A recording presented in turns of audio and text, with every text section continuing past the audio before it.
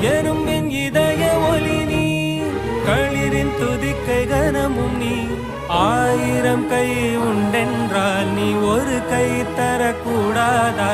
1000 கண் கொண்டாய் உன் ஒரு கண் என்னை பாராதா? உன்னில் சரணடைந்தேன் இனி நீ கதியே.